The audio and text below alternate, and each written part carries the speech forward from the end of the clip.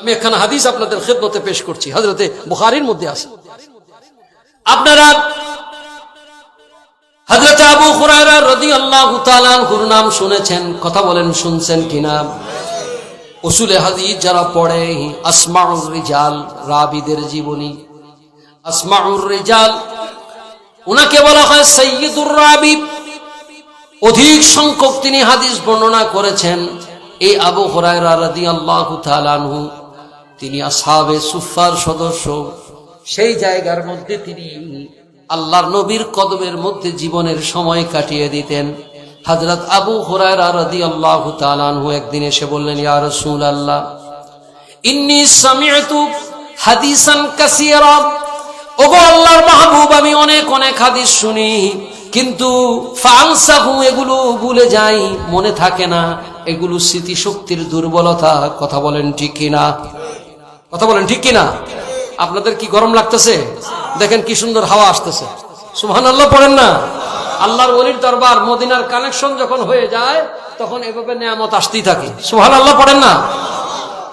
বাবারা আমার, হযরত আবু হুরায়রা বললেন, ইয়া রাসূলুল্লাহ, ইয়া হাবিবাল্লাহ, আমি অনেক হাদিস শুনি কিন্তু মনে রাখতে পারি না।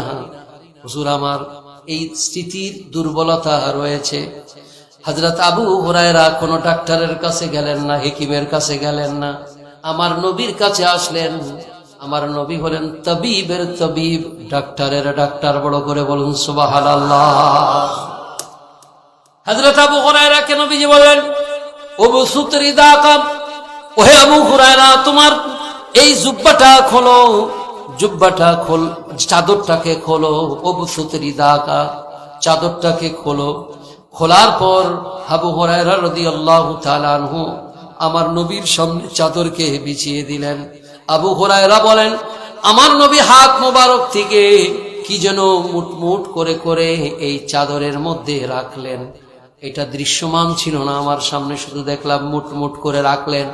এরপর আবু হুরায়রা বলেন, এটাকে তুমি গায়ের মধ্যেই আবৃত করে নাও। যেই মাত্র করে নিলেন, আবু হুরায়রা বলেন, আল্লাহ আমার স্মৃতি শক্তিকে এত প্রখর করে দিলেন, আমি যদি একবার শুনতাম জীবনে আর কখনো ভুলতাম না।